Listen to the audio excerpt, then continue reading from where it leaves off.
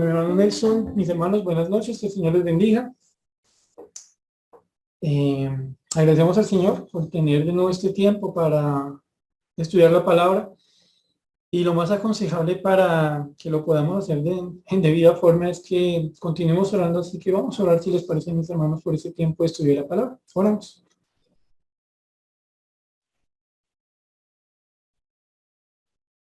Señor Dios y Padre Santo, buenas noches. Muchas gracias, Señor Celestial, por la bendición que tenemos de estar reunidos esta noche y en este momento específico de podernos concentrar en el estudio de tu palabra.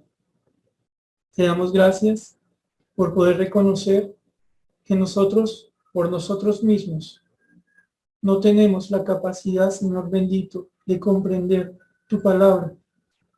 Por un lado, porque es cierto que todavía somos pecadores, y esto nos recuerda, Señor bendito, que aún padecemos los efectos de la caída. Nuestra mente, Señor bendito, nuestro corazón y nuestro ser se distorsionó profundamente por eso.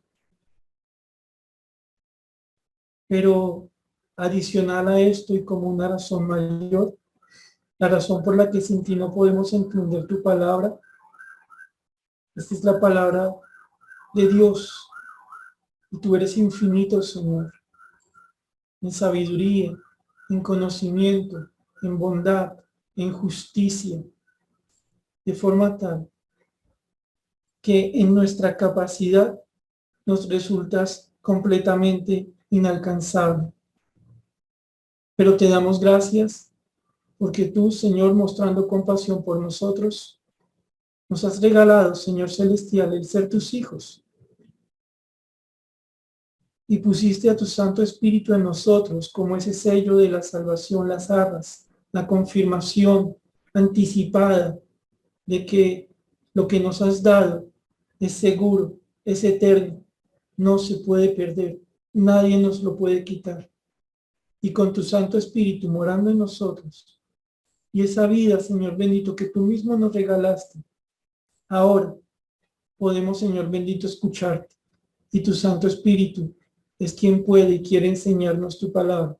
Por eso, Señor, te damos gracias, porque así las cosas, tenemos el más grande privilegio, y es el escucharte a ti, para que nosotros hagas lo que es de tu buena voluntad. Te pedimos entonces, Señor, que en tu santa gracia nos ayudes con tu palabra, que nos la enseñes, que nos ayudes a entenderla, que quites esas cosas que tienden a estorbar. A veces, Señor bendito, es desinterés, otras veces un pensamiento según el cual ya sabemos algo y no necesitamos escucharlo de nuevo. Otras veces, Señor bendito, es un conjunto de factores que van desde el cansancio hasta el hambre, Señor. Por favor, ayúdanos para escuchar con atención, con mansedumbre. Perdónanos y límpianos, Señor, de todo aquello con lo que nosotros te hemos ofendido. Y, Señor, en tu santa gracia, también usa tu palabra esta noche para que cualquiera que esté aquí presente o que pudiera escuchar esa enseñanza después, que no te conoce, reciba, Señor, tu palabra y tu Santo Espíritu le convenza, y esta persona crea en ti como su Salvador y su Señor. Mas por ahora, Señor, oramos a ti de nuevo, dando gracias, pidiendo dirijas este tiempo de estudio, y damos, Señor, en verdad gracias, porque sabemos que es tu voluntad en enseñarnos tu palabra. En el nombre del Señor Jesucristo a ti oramos. Amén.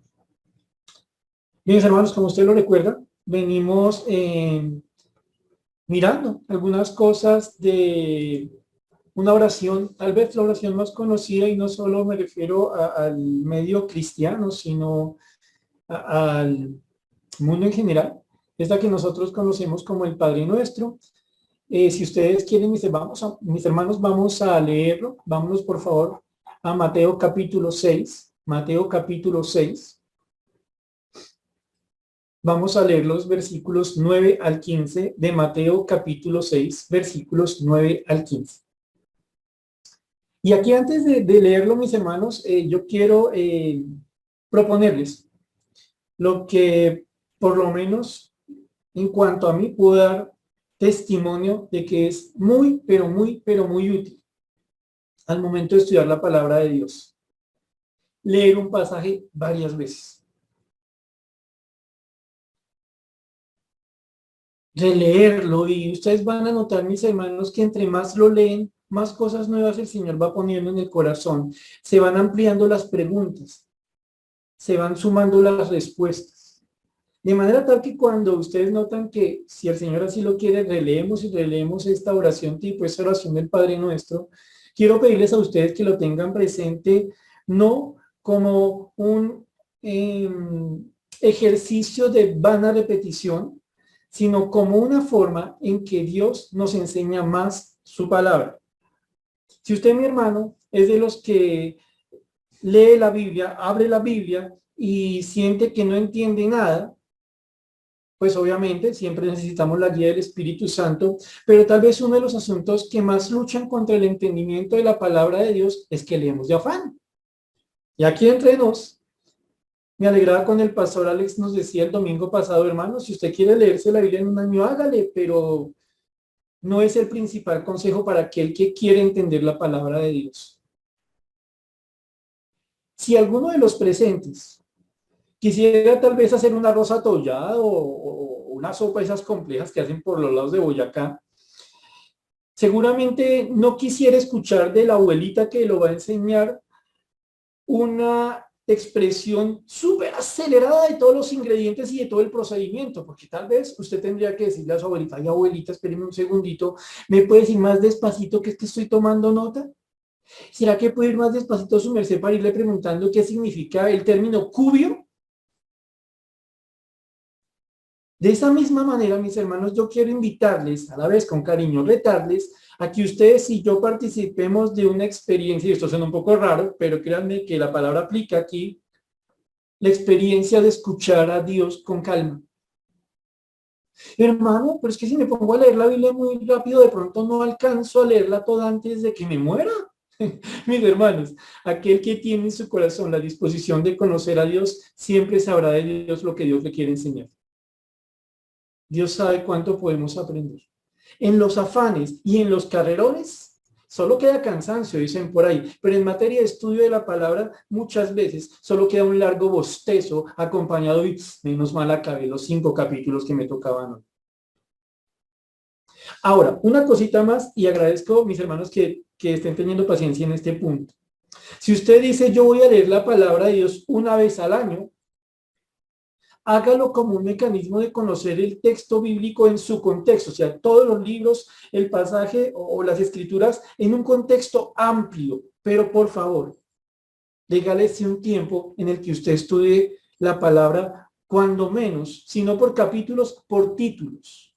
Usted puede leer la Biblia una vez al año, si lo quiere, lo repito, pero escuche a Dios con calma y entonces súmele ese tiempo de estudio de la Biblia en un año, tiempos en que usted pueda leer con paciencia, como preguntándole, como sabiendo que el Dios Todopoderoso quiere enseñarle. Y recuerden algo, y aquí termino. Recuerden el método que enseñaba el Señor Jesucristo respecto de la enseñanza. Ustedes verán en múltiples ocasiones al Señor Jesucristo haciéndole preguntas a sus discípulos y llevando a sus discípulos a que le hicieran preguntas a él. Y ustedes, que como yo son y han sido hijos, saben que en verdad escuchar preguntando con el deseo de aprender es una real manera de aprender.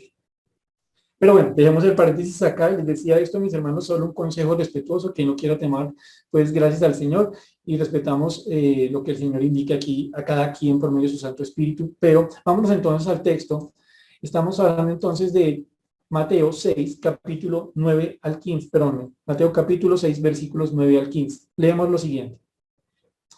Vosotros pues oraréis así: Padre nuestro que estás en los cielos, santificado sea tu nombre. Venga tu reino. Hágase tu voluntad como en el cielo, así también en la tierra. El pan nuestro de cada día, dánoslo hoy. Y perdónanos nuestras deudas, como también nosotros perdonamos a nuestros deudores. Y no nos metas en tentación, mas líbranos del mal. Porque tuyo es el reino y el poder y la gloria por todos los siglos. Amén. Porque si perdonáis a los hombres sus ofensas, os perdonará también a vosotros vuestro Padre Celestial. Mas si no perdonáis a los hombres sus ofensas, tampoco vuestro Padre os perdonará vuestras ofensas. Hermanos, y no me aguanto comentarles otra cosita que el Señor me ha enseñado que funciona mucho al momento de leer la palabra de Dios. Cuando usted lea la palabra de Dios, si puede, léala en voz alta. Y léala teniendo mucho cuidado de los puntos, de las comas. Es cierto, los textos originales no tenían puntos y comas, yo entiendo eso, pero por gracia de Dios tenemos unas traducciones que con la puntuación nos permite entender mejor el sentido del texto. Cuando usted lee teniendo voz alta, o por lo menos que usted mismo se puede escuchar, usted va a notar que la concentración se agudiza. Claro, habrá momentos en que no es tan fácil hacerlo, pero cuando lo pueda hacer, hágalo. Y segunda cosa, inténtelo leer de una forma en que si una persona solo lo pudiera escuchar usted por la acentuación que usted hace de las ideas, de los puntos, de las comas, una persona que lo escuche diga, wow, me quedó clarito. Es que a veces nosotros leemos, y miren el ejercicio es como para molestarnos un poquito. Leemos oraciones o porciones de la palabra de la siguiente forma. Vosotros pues oraréis así: Padre nuestro que estás en los cielos, santificado sea tu nombre, venga tu reino, hágase tu voluntad como en el cielo, así también en la tierra. El pan nuestro de cada día danoslo hoy, perdona nuestras deudas como también nosotros perdonamos a nuestros deudores. ¿Y qué tiende a pasar cuando leemos la palabra de Dios de esta forma? Hermano, que suena como una liniecita. Y ustedes han visto en las películas cuando tienen las personas conectadas a los monitores del ritmo cardíaco, y cuando algo se ve así, ¡tú!, hay un problema. Otro consejo, y termino esto que quería compartirles al comienzo: intenten leer cuando les sea posible de una forma audible y marcando los acentos de la lectura. Pero bueno, metámonos de nuevo a nuestro texto. Y entonces, mis hermanos, ustedes recordarán, en materia de estudio de la palabra de Dios, el Señor nos ha venido enseñando lo que tiene que ver con esta oración tipo. Y estuvimos viendo la reunión pasada, como el Señor nos decía a nosotros que si algo debiera estar en primer lugar para nosotros al momento de orar, es un anhelo que de anhelo se convierte en petición. Es decir, lo que dice el versículo número 9 en su parte final: santificado sea tu nombre. Estos creyentes a los que el Señor Jesucristo les estaba enseñando el Padre Nuestro, que habían escuchado las bienaventuranzas, se habían recibido la exhortación del Señor en torno a cómo una persona llega a ser un genuino creyente, en nuestro contexto, un genuino cristiano. Esta persona que había aprendido el valor de la oración, esta persona que entendía quién era Dios, se daba cuenta que ese Dios en quien ahora confiaba era su Padre, es su Padre. Y que a este Padre que está en los cielos, que está atento a la oración de los suyos, le pareció lo mejor enseñarle a orar a los suyos, enseñarnos a orar a nosotros, teniendo una primera petición, una primera idea, una primera necesidad en el alma: santificado sea tu nombre. Y estuvimos hablando, mis hermanos, como ustedes lo recuerdan, un poco sobre el nombre de Dios, y para ello, como ustedes, repito, lo recuerdan, vimos un poco de la historia de Moisés y las cosas que por medio de él hizo en el pueblo de Israel cuando se encontraba cautivo en Egipto. Y ustedes recordarán, mis hermanos, incluso antes de esto, que la primera mención al nombre personal de Dios, Jehová, es aquella en Génesis 2:4, donde él se presenta como el creador de los cielos y la tierra. Y después veíamos nosotros como este Señor Jehová, el gran yo soy, se presenta a Moisés en medio de una zarza. Y Moisés va a entender por medio del asombro y el temor que está frente a Dios, al Dios vivo, al Dios que no es un ídolo, al Dios que lo ha creado todo, y que de entre todo lo que creó, específicamente de todos los hombres que creó, tomó para sí un pueblo, que no es que fuera más que los demás pueblos, solo que Dios en su buena voluntad lo hizo su pueblo, ese pueblo que conocemos en la historia como Israel. Y nosotros veíamos allá, pasando por el lado de Éxodo capítulo 3, no vayan allá, estoy haciendo el resumen, cómo el Señor le va a enseñar a Moisés que él va a ir como un instrumento de Dios para liberar a su pueblo, para que este pueblo sirva a Dios en ese paso al cumplimiento de la promesa, es decir, la llegada a la tierra prometida.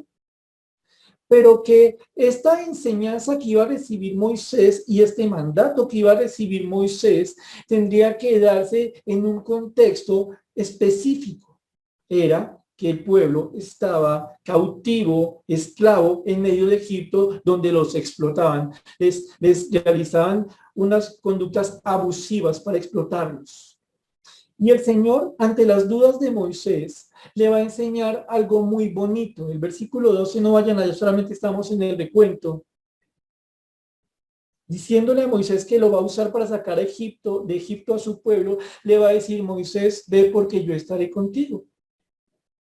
Moisés, es tan cierto que esto va a suceder, que tú volverás a este monte donde ahora estamos a servirme con ese pueblo. Moisés le preguntará al Señor: Señor, y si me preguntan quién eres tú, ¿cuáles son tus atributos? ¿Cuál es tu naturaleza, Señor? ¿Qué debo contestar? Y el Señor le decía a Moisés: diles, yo soy el que soy. Yo soy la causa de todo. Yo soy el que está antes de todo, pero antes de mí nada. Yo estoy por encima de todo, pero encima de mí nada. Yo soy el Dios verdadero. Yo soy el gran yo soy. Dígale al pueblo, a mi pueblo, ¿quién soy yo?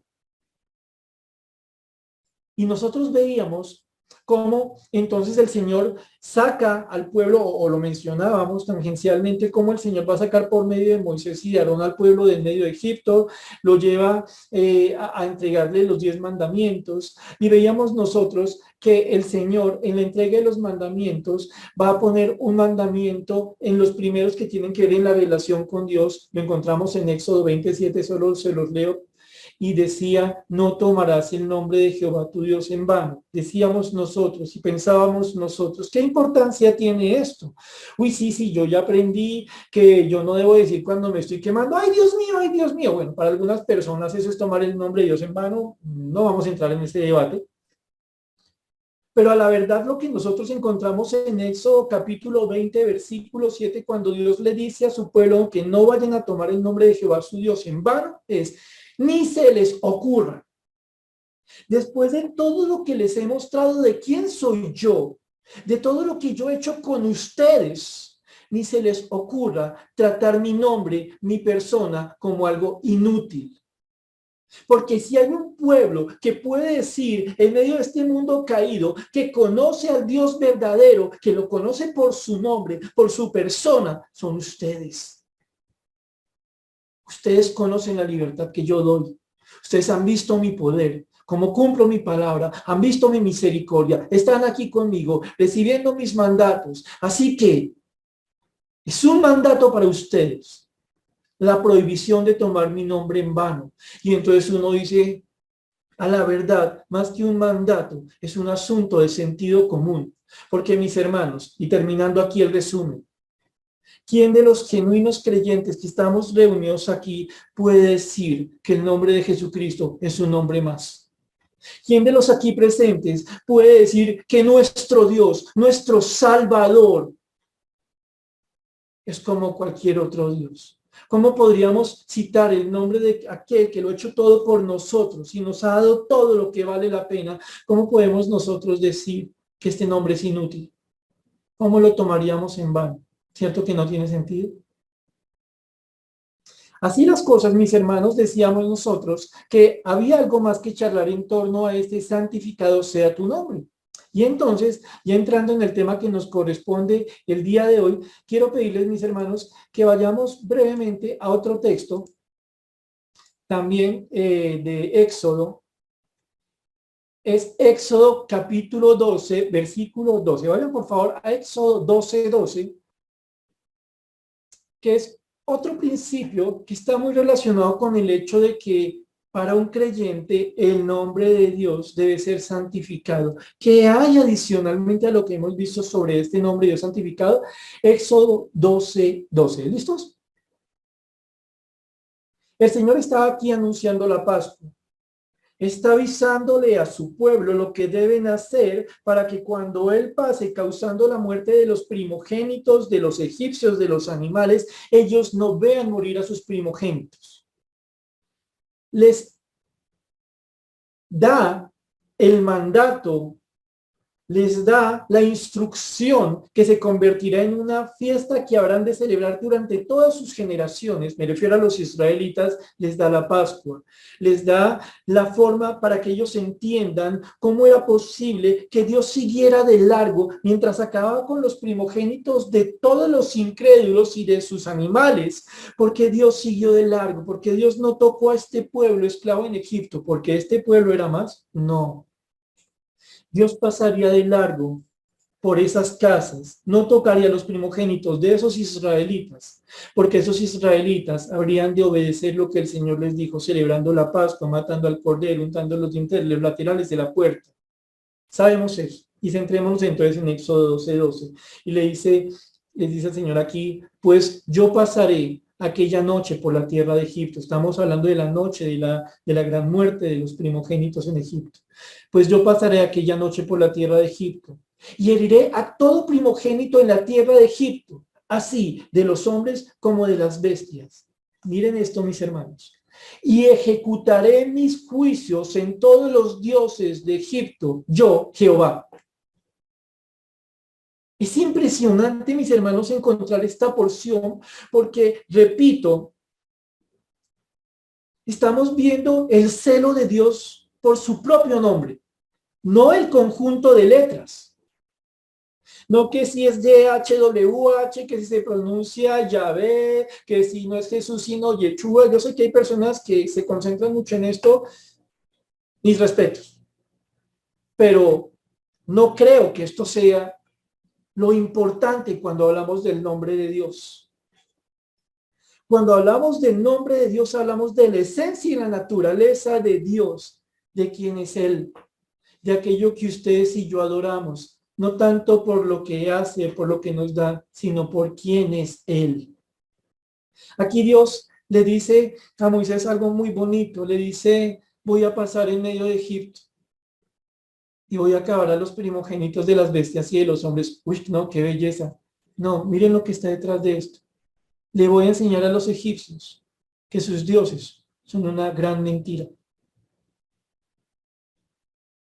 Le voy a enseñar a los que no me conocen que aquel que no conoce a Dios como el Dios verdadero no es que no tenga dioses, sino que confía en mentiras, ficciones, ausencias de realidad, actos de engaño, trocitos de madera, piedras pequeñitas. Incluso la Biblia habla de los ídolos como bolitas de estiércol. Dios, por duro que esto sea, tuvo que llegar a esta plaga, la plaga de la muerte de los primogénitos de Egipto, los hijos de los hombres y las bestias, para que este pueblo comprendiera algo. Nadie es como Dios. Dios es santo, incomparable. Él no es común, Él es único. Y es desde este punto que nosotros saltamos algunas cosas que el Señor nos enseña, por ejemplo, en 1 Corintios capítulo 10-20, que siendo una advertencia un tanto olvidada, sigue siendo cierta ahora para nosotros como iglesia. 1 Corintios 10-20, vamos a 1 Corintios capítulo 10, versículo 20. Y el Señor aquí, por medio del apóstol Pablo, nos pone a nosotros a pensar en algo. ¿Tiene sentido la idolatría? ¿Hay algún fundamento justificador del hecho de que existan los ídolos? Alguno dirá, bueno, es que a mí me enseñaron eso de niño y pues yo creo que mientras yo crea en el Señor Jesucristo como el Salvador de mi alma, no hay ningún problema que yo crea en la Virgencita María como corredentora o en el santo aquel que consigue novia o en el santo aquel otro que provee trabajitos, o yo no veo que haya ningún problema con que yo tenga a Jesucristo como el que me salvó, pero yo considere que Mahoma también es muy buen personaje y que sí merece un trato así como de Dios, que los musulmanes algo tendrán de razón. El Señor entonces aquí, como una demostración más, de la comprensión que nosotros debemos tener de quién es el verdadero Dios y por ende por qué debemos buscar santificar su nombre, nos enseña algo que no debemos olvidar. 1 Corintios 10:20 con precisión dice lo siguiente: antes digo que lo que los gentiles sacrifican a los demonios, lo sacrifican y no a Dios. Y no quiero que vosotros os hagáis partícipes con los demonios. Aquí el Señor entonces nos ayuda a nosotros a comprender algo. Si una persona, creyente o no creyente, considera en su vida la opción de la idolatría, sea un santo de los de la iglesia tradicional, sea una persona muy importante para él, sea un cantante, sea un autor de obras literarias, sea una persona de la que se enamoró y no le ha podido olvidar por más que han pasado las décadas. Si una persona no comprende que Dios es solo uno y que nadie es como Dios, lo que en el fondo está haciendo es adorar cosas demoníacas. Antes digo que lo que los gentiles sacrifican, el servicio religioso que los gentiles, aquí la palabra gentil se toma como un sinónimo de alguien que no conoce a Dios, un pagano, ¿vale? Entonces, antes digo que lo que los gentiles sacrifican a los demonios, lo sacrifican. Piensen lo siguiente, mis hermanos. Échele cabeza, échele cabeza. Usted dice, oye, hermano, yo tengo un tío, estoy jugando aquí con hipótesis, yo tengo un tío, y qué señor tan juicioso en la iglesia donde él va. Uy, no, él es de los que llega a tal hora, prende las velitas, está pendiente que el órgano, es el que se encarga de mover una cosita así y todo. Y yo a veces me siento y hablo con él y yo me doy cuenta que él, pues, se presta mucho para las cosas de la palabra, habla muy bien de Jesús, pero veo que a la par de Jesús tiene, pues, los ídolos y todo, pero pues yo no veo que haya nada malo aquí, ¿no? Pues al fin y al cabo cree en Jesús. ¿Qué dice la palabra de Dios? Todo aquello que no es Dios, todo lo que es un ídolo, es una representación demoníaca. Y tiene todo sentido cuando ustedes recuerdan la forma como Satanás cae, queriendo poner un trono paralelo al del Señor, un lugar en el que él pudiera recibir la honra que tiene el Señor. Detrás de la idolatría, mis hermanos, detrás de eso que quiere robar la honra al nombre de Dios, no hay ni más ni menos, mis hermanos, que un acto de idolatría satánica. Claro, esto aplica muy fácilmente para ciertas religiones donde ustedes saben, hay ídolos por aquí y por allá, pero tal vez para nosotros es algo de mayor cuidado cuando pensamos en ciertas cosas que para nosotros, no siendo Dios, están siendo tratadas como Dios. Y alguno aquí pudiera decir, hermano, pero no debiera yo tenerle tanto problema, pues a todos nos gusta esto y aquello. Repito, cuidado. ¿Qué dice el Señor?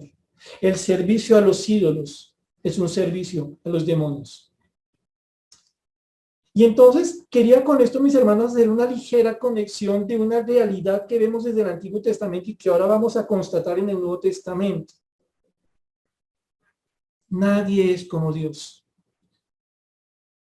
Santificado sea tu nombre, nos dice en boca del Señor Jesucristo, para aquellos que hemos creído en Él.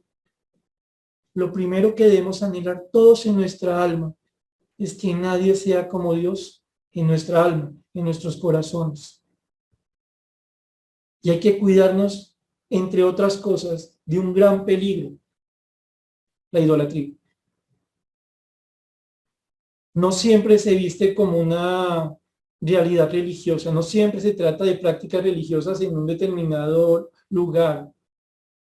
Muchas veces, y creo, mis hermanos, que ese es el mayor peligro para todos nosotros, se reviste de cosas a las que nosotros le hemos asignado unos valores que no hemos querido comprender, que le están robando la honra a Dios, que tienen ante nuestros ojos el mismo o incluso mayor valor que Dios. ¿Cómo lo sabemos? Una pregunta que requiere una respuesta práctica.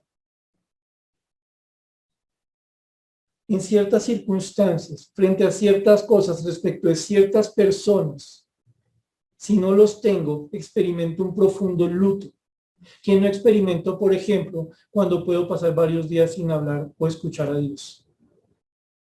Cuando yo noto eso en mi vida, cuando yo noto que puedo estar distanciado de Dios, relajado en mi relación, no lo busco en su palabra, no le hablo en oración, estoy distanciado, considero que porque soy salvo ya no hay problema, nos vemos en el cielo, pero en cambio tengo ciertas circunstancias, cosas, personas sin las cuales no me atrevo a pensar la existencia, mis hermanos, estamos ante un acto de idolatría.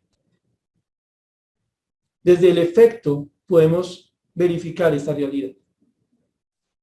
Mas ahora, mis hermanos, movámonos a otro pasaje donde van a ver ustedes cómo el Señor enfatiza la realidad de que es una porción bonita, es una porción retante, es una porción que nos pone a pensar. Una vez más, el Señor está hablando a su iglesia. Una porción nuevo testamentaria. Vayan por favor a 1 de Pedro, capítulo 3, versículos 13 al 17. 1 de Pedro, capítulo 3, versículos 13 al 17.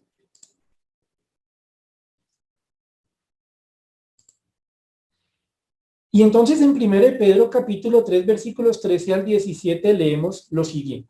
Dice así, 1 de Pedro capítulo 3 versículos 13 hasta el 17. ¿Y quién es aquel que os podrá hacer daño si vosotros seguís el bien? Mas también, si alguna cosa padecéis por causa de la justicia, bienaventurados sois. Por tanto, no os amedrentéis por temor de ellos, ni os perturbéis, sino santificad a Dios el Señor en vuestros corazones y estad siempre preparados para presentar defensa con mansedumbre y reverencia ante todo el que os demande razón de la esperanza que hay en vosotros, teniendo buena conciencia, para que en lo que murmuran de vosotros como de malhechores sean avergonzados los que calumnian vuestra buena conducta en Cristo, porque mejor es que padezcáis haciendo el bien, si la voluntad de Dios así lo quiere, que haciendo el mal. Y ustedes encuentran, mis hermanos, en esta porción, esa misma primera parte del Padre Nuestro. Una vez más, el Señor quiere que sea santificado el Señor. Específicamente el versículo que dice, mis hermanos, ahí dice, versículo 15, mírenlo, versículo 15, ¿cómo dice? Sino santificad a Dios el Señor en vuestros corazones. Pero ¿qué es lo que lo rodea? Otra pista. Otro consejo que recibí y que he agradecido mucho.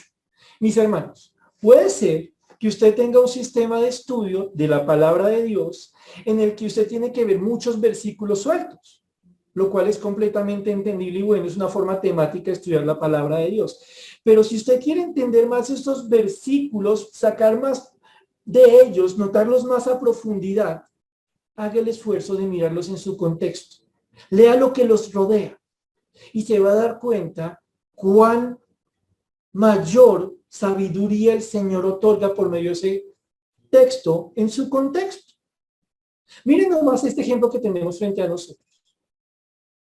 Tenemos al apóstol Pedro hablándole a unos hermanos. ¿Qué hermanos son estos? Por lo que entendemos, es un conjunto de iglesias que están ubicadas en lo que en la actualidad conocemos como Turquía, Asia Menor, en su momento.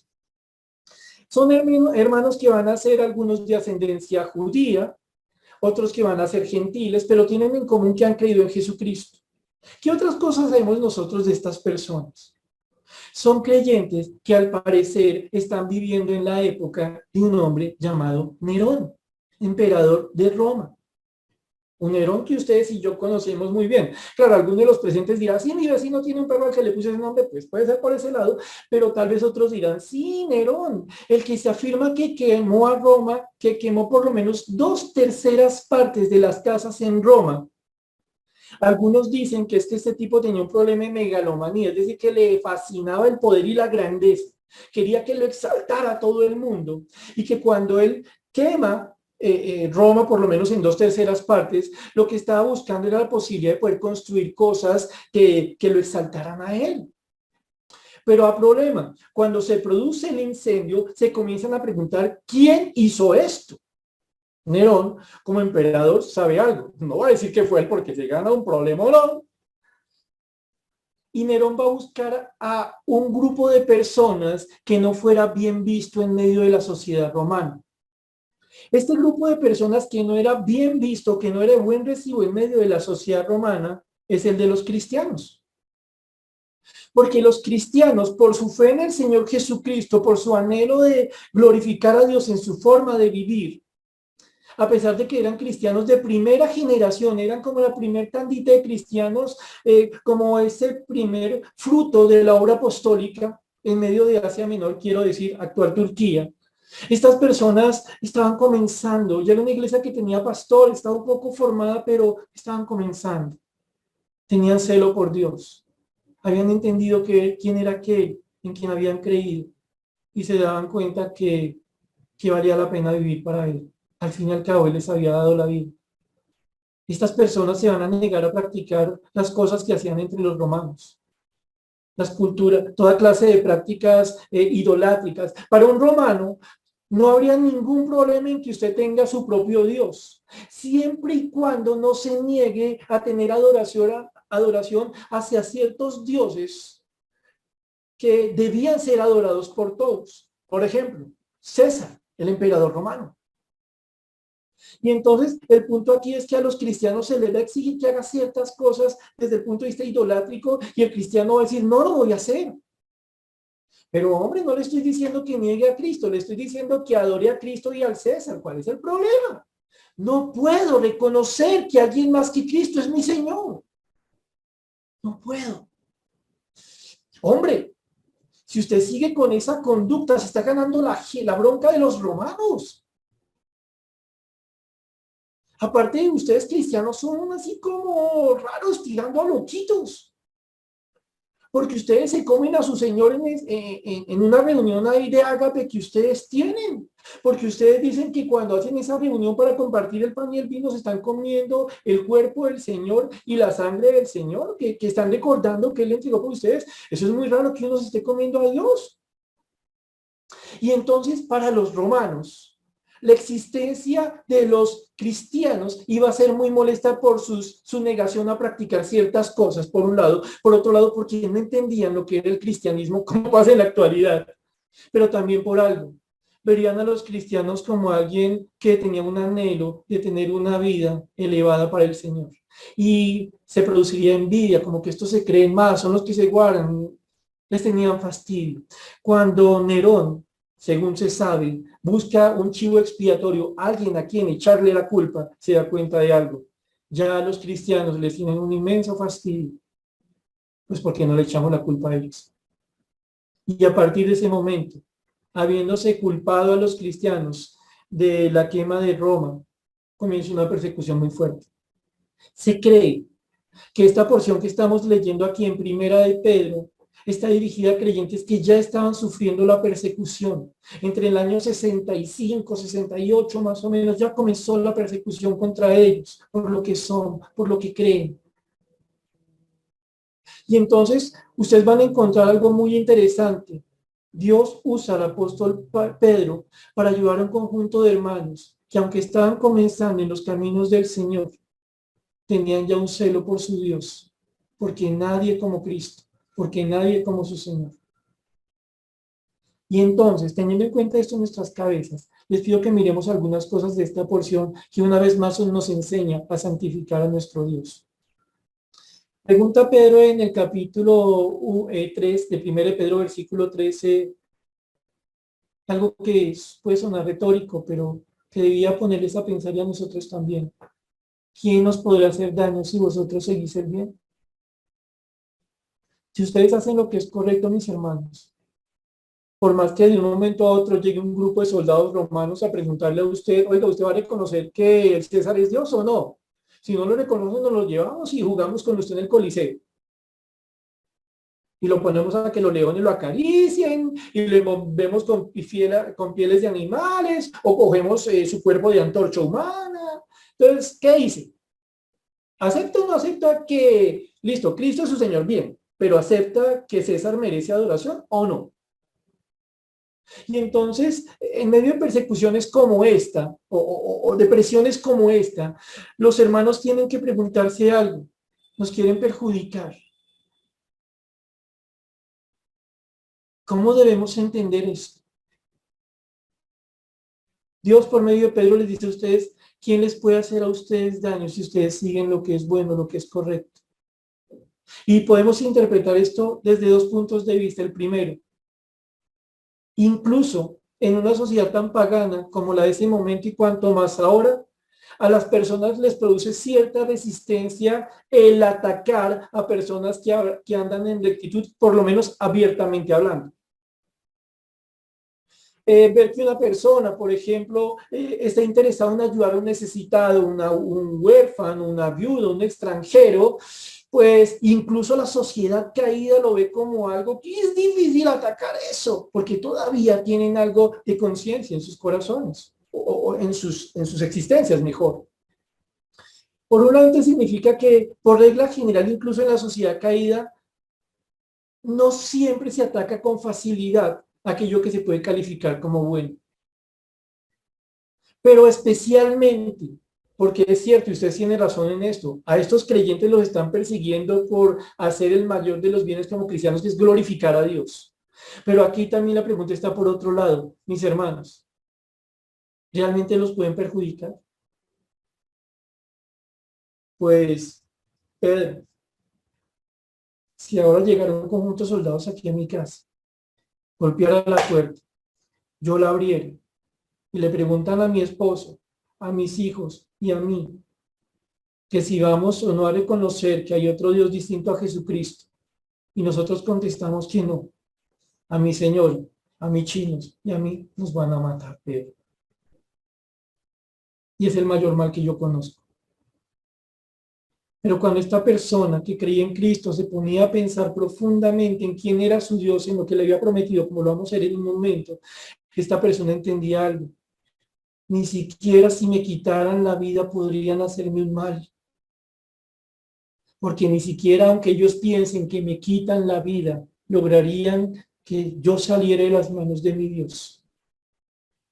No hay forma de que cuando yo busco hacer lo que es la voluntad de mi Dios, al Dios que yo quiero glorificar, al Dios que quiero reconocer como el único Dios, no hay forma de que realmente pueda pasar algo malo en mi vida. Cosas dolorosas, muchas. Cosas que se sienten con lágrimas en los ojos, muchas.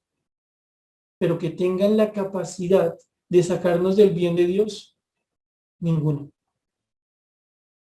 ¿Quién puede hacerle daño a una persona que ha decidido hacer lo que Dios manda como bueno? La respuesta es nadie. Leía yo a mis hermanos, y esto es una anécdota recogida por tradición, que cuando fueron a matar a la esposa de Pedro, recuerdo, eso es un dato de tradición, no es que lo diga la palabra, sino tradición histórica eclesial. Cuando iban a matar a la esposa de Pedro, Pedro le dijo a ella solo una cosa: recuerda al Señor. Cuando a Pedro lo van a matar, ustedes saben, lo van a crucificar, el castigo para los que no eran romanos. Pedro pide una cosa: ay, no me mate, no me mate, no me mate, no, miren, yo confieso que César es el Señor y después le pido perdón al Señor, no me mate, no. Pedro pide una cosa. El Pedro tan criticado, perdónenme que haga aquí esta colación, pero el Pedro tan criticado, pero Dios nos diera a nosotros parecernos un poquito a ese siervo de Dios. Este Pedro tan criticado, cuando lo van a matar, según cuenta la tradición, solo pidió una cosa: crucifíquenme con la cabeza hacia abajo. No es que no me crucifiquen, crucifíquenme con la cabeza hacia abajo. No soy digno de morir como murió mi Señor. Versículo 14, 1 Pedro, capítulo 3. Mas si alguna cosa padecéis, y la palabra padecer aquí se asocia a los sufrimientos que el mismo Señor Jesucristo sufrió, es la misma palabra que habla de lo que él vivió en la cruz. Mas también si alguna cosa padecéis por causa de la justicia del justo, de nuestro bendito Dios, incomparable, absolutamente justo.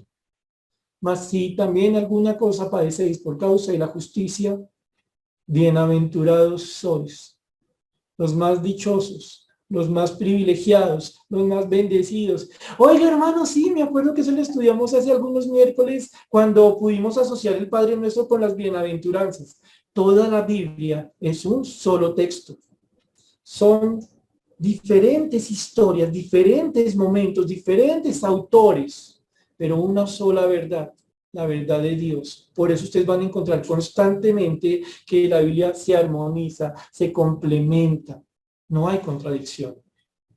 Por eso aquí el Señor le dice, por medio de Pedro, a estos hermanos, cuando llegue el tiempo de sufrir por la causa del Señor, no se achanten, súfranlo. Sí, va a doler.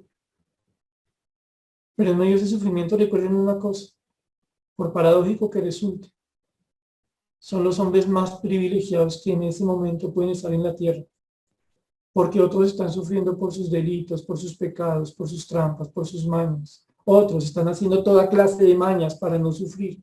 Ustedes están sufriendo por lo único que vale la pena, por el único que vale la pena, por agradarlo a Él. Y entonces dice en lo que sigue del versículo 14, por tanto, teniendo en cuenta que por causa del Señor se va a sufrir y que debe tomarse como un privilegio, como una honra, como una demostración de que la obra del Señor efectivamente se ha cumplido en nuestras vidas. Porque solo uno que realmente ha conocido a Cristo sufre por Cristo.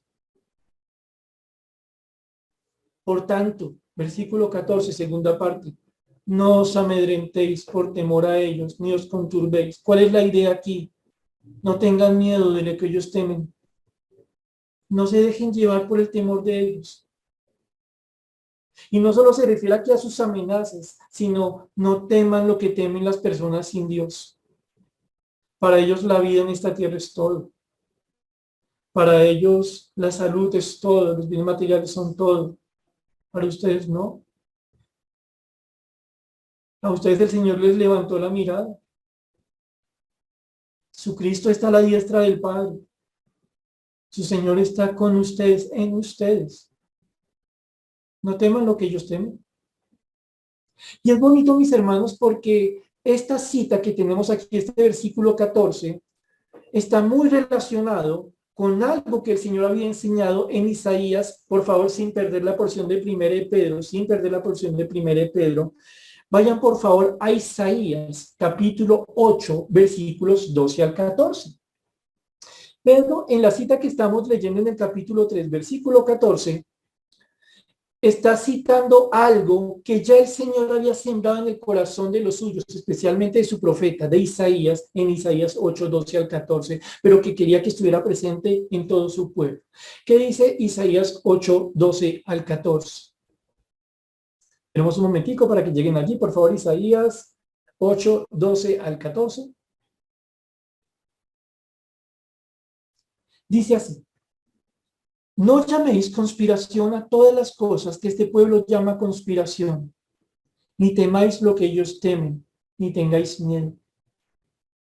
Jehová de los ejércitos, repito, a Jehová de los ejércitos, a él santificad, sea el vuestro temor y sea el vuestro miedo. Miren esto.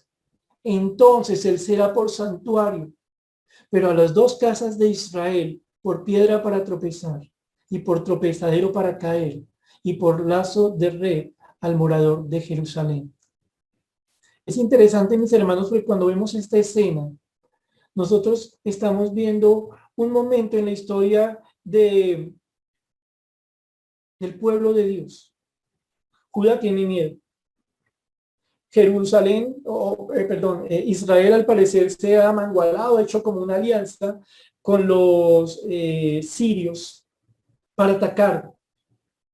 Y entonces los de Judá están asustados. Y al parecer ellos van a buscar una alianza con los asirios.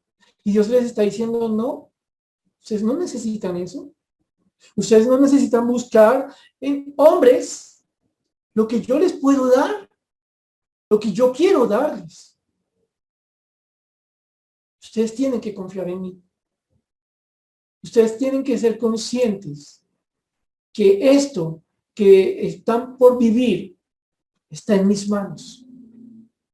Y es aquí, mis hermanos, donde ustedes encuentran algo muy bonito, adicionalmente a lo que hemos venido charlando. Interesante por demás. Mis hermanos, preguntita ahí para que le echemos cabeza. asociamos el temor a Dios con la adoración a Dios. En nuestras cabezas, en lo que entendemos, la idea de temer a Dios está unida, va de la mano con el adorar a Dios, con el confiar en Dios.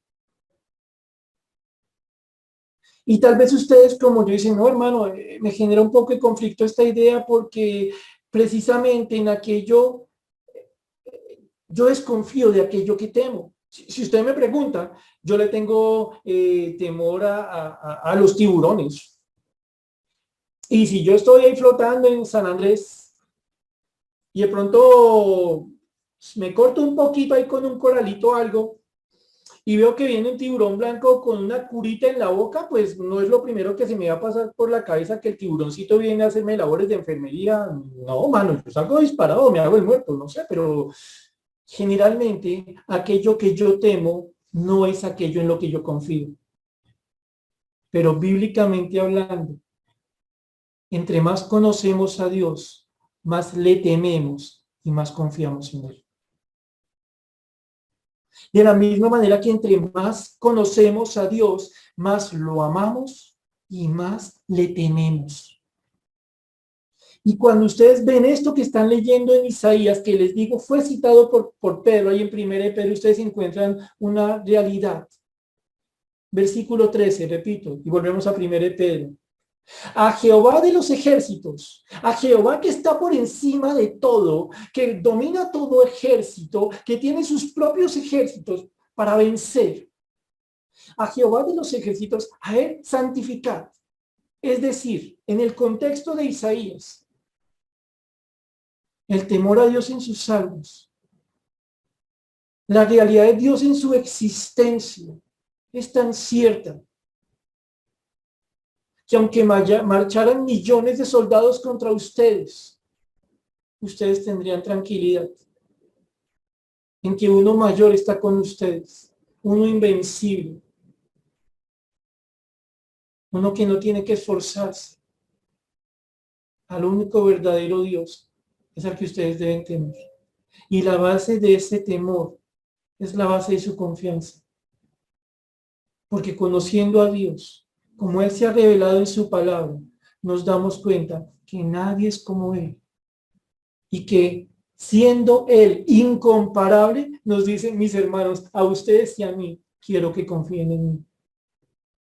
Y la confianza tiene que ver con que me teman. No me tomen en vano, no me tomen a la ligera, no me tomen en juego. Soy su Dios. Soy el Dios que lo ha creado todo. Estoy con ustedes, pero exijo de ustedes que entiendan quién soy yo, que me teman, que me santifiquen, para que ningún otro temor quepa en sus corazones. Ahora noten algo, ¿qué vimos en un momentico aquí? Un puntico más aquí y volvemos a 1 Pedro y entramos en nuestra etapa de cierre. ¿Qué estamos viendo nosotros? Pedro, al parecer, está citando a Isaías. E Isaías está tocando un tiempo difícil para los ciudadanos de Judá. Y les está diciendo, no tengan miedo de los enemigos. Teman ofender a Dios poniendo su confianza, por ejemplo, en los asirios. No vayan a ser de los asirios unidos. No lo hagan. Confíen en mí. Y entonces decía, y como les decía, pasamos a 1 Pedro, entonces, versículo 14 de Isaías 8, entonces, solo cuando Dios es santificado y tratado con un temor reverencial, con una comprensión de quién es Él y qué es Él para nosotros, entonces, Él será por santuario, es decir, ustedes se podrán refugiar en Él, nada les va a pasar. Por favor, retomemos Primera de Pedro para cerrar este punto que, como les digo, es una explicación muy bonita que se nos hace a nosotros como iglesia. Primera de Pedro se dirige a la iglesia. Entonces, Primera de Pedro capítulo 3, versículo 14, y nos enfocamos en los que nos restan. Dice entonces el Señor en el versículo 14, mas también, si alguna cosa padecéis por causa de la justicia, bienaventurados sois. ¿Por qué puedo ser yo bienaventurado en medio de sufrir por causa del Señor? Porque es una prueba de que usted es de Él. ¿Qué le está orando en su vida? Por tanto, No os amedrentéis por temor de ellos ni os conturbéis. No tengan miedo, confíen. Uy, mis hermanos, les digo esto y me retumba en la cabeza la cantidad de veces que he experimentado miedo, miedo profundo, sí, irracional, pero miedo y profundo. La cantidad de veces, tal vez mis hermanos, que ustedes pueden decir conmigo, hemos tenido circunstancias, momentos, estado ante personas en que nos hemos sentido tan inválidos, nos hemos sentido tan incapaces.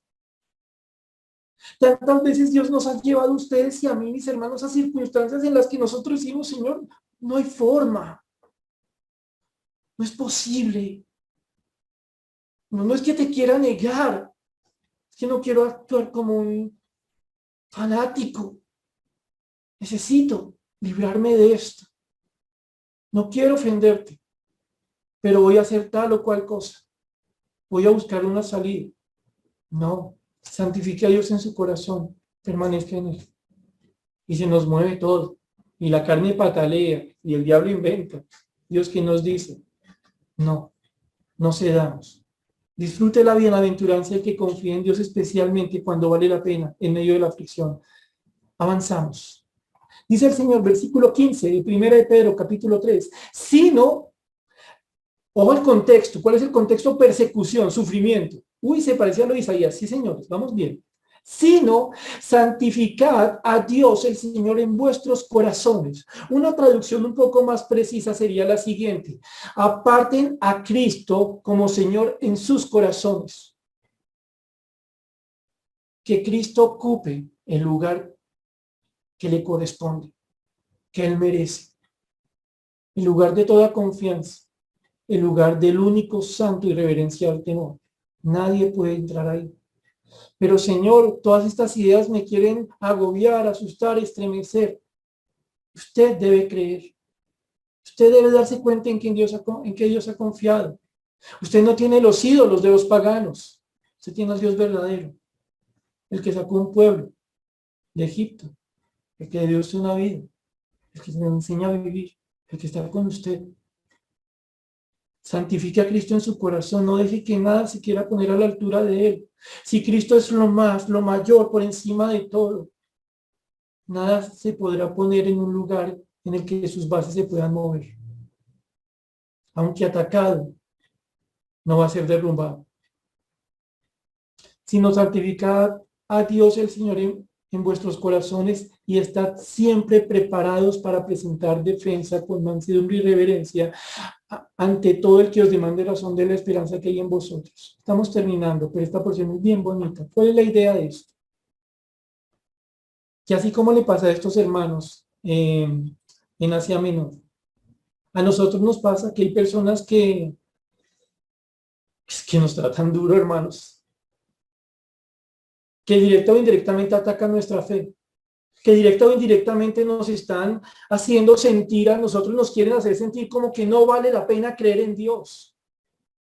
Hermanos, perdónenme, pero eso no es una conducta solamente de gente sin Dios. Esto también lo vimos por parte de personas que dicen que creen en Dios y que realmente son personas de Dios. Lo importante aquí, por ende, no es de dónde viene el ataque, sino la actitud que tomamos frente al ataque. Si eso no es cierto, que en el momento que más vale la pena, ustedes y yo podemos confiar en Dios. Si el Señor Jesucristo tiene un lugar por encima de todo lugar en nuestras almas, de forma tal que nada puede cuestionar la confianza en Él. Cuando por la gracia del Señor logramos esto, esa bienaventuranza el que confía en Dios, la persona que ataca, repito, incluso puede ser un creyente, se queda pensando, ¿cómo aguanta? ¿Por qué soporta? ¿Por qué no cae? ¿Por qué no me paga mal con mal? ¿Por qué? Y es como si hiciera una pregunta. ¿Me puede por favor explicar qué esperanza tiene usted para soportar de esa forma? Y es el momento en que ya no solo santifico a Dios en mi corazón, sino que le digo a la persona, le invito a que usted santifique a Dios en su corazón. Conózcalo. Si es un creyente que está atacando a otro creyente en medio de una casa, por ejemplo, es la oportunidad que un creyente que decide mantenerse al Señor y si es otro creyente, no tengo nada contra usted. Estamos en paz. El perdón ha sido dado. Pero quiero pedirle que usted conozca a Dios y espere en Dios. ¿Qué esperanza tenían estos hermanos a los que se dirige Pedro? La esperanza cierta y una salvación segura. Ya la tenían, pero los efectos plenos de la salvación, ser librados de toda relación con el pecado, morar eternamente con el Señor, un cuerpo glorificado, para ellos eran certezas inamovibles, suficientes para aguantar en esta tierra como extranjeros y peregrinos, a sabiendas, estamos de paso y el Señor está con nosotros. Y terminamos. Versículos 16 al 17, y como les dije, terminamos. Teniendo buena conciencia, para que en lo que murmuran de vosotros como de malhechores sean avergonzados los que calumnian vuestra buena conducta en Cristo. Porque mejor es que padezcáis haciendo el bien, si la voluntad de Dios así lo quiere, que haciendo el mal. Y Pedro termina aquí llevándonos a pensar a nosotros en algo, a la verdad. La vida no fue diseñada para pensar entre la vida que no sufre y la vida que sí sufre. La vida debe ser pensada en si sufro por algo que vale la pena, por causa de mi Cristo, por no negarle mi casa, por hacer lo que Él me manda, por hacer lo que es correcto, o si sufro por mi pecado. Santificar al Señor en el corazón, entonces, terminando, es una realidad que cala hasta lo más profundo del ser, haciendo que nuestra confianza se condicione, se estimule, se ponga tan solo en Dios, porque solo Él es Dios y nadie es como Él. Pero, finalmente, si hay un lugar, si hay un momento en que el nombre de Dios es santificado, como lo vimos en Isaías, como lo estamos viendo en 1 Pedro, es cuando se está cuestionando si nosotros realmente creemos ese nombre, si realmente creemos en esa persona, o si vamos a buscar algo que nos haga las veces de ídolo para intentar refugiarnos en eso. Y nada habremos logrado.